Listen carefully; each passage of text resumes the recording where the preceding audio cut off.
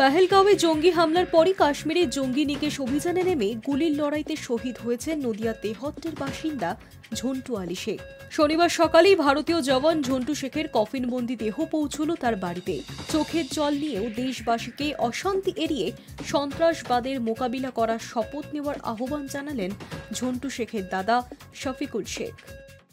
ভাইয়ের পিছন থেকে অ্যাটাক করে, যেটা ভাইয়ের মাথাতে পিছন থেকে হেডশট হয়। हाँ, दुश्मने जो ब्रास्ट फायर हो ब्रास्ट फायरे 3 खरा गुली भाइर लागे, एकटा गुली पिछने हेड, तारपर एकटा गुली भाई शोल्डारे और एकटा गुली और राइट शोल्डारे। और भाई ওই সময়তেই মাটিতে পড়ে যায় জঙ্গলের মধ্যে।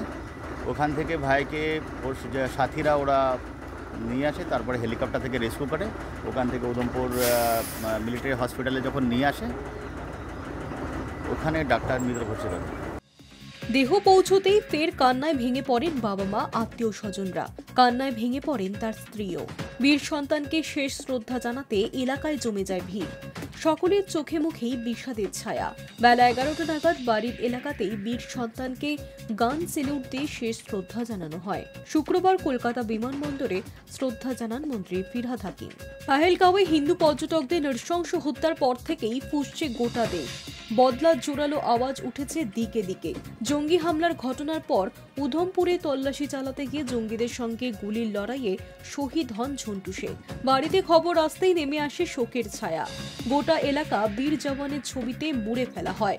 কখন আসবে ঘরের ছেলের দেহ, সেই প্রহর গুনছিল তেহট্টবাসী। পহেলগাঁও হামলার ঘটনার পর জঙ্গিদের খুঁজতে মরিয়া ভারতীয় সেনা। সেই সময় জঙ্গিদের সঙ্গে লড়াইয়ে মাথায় এবং 2 কাঁধে গুলি লাগে ঝন্টু শেখের।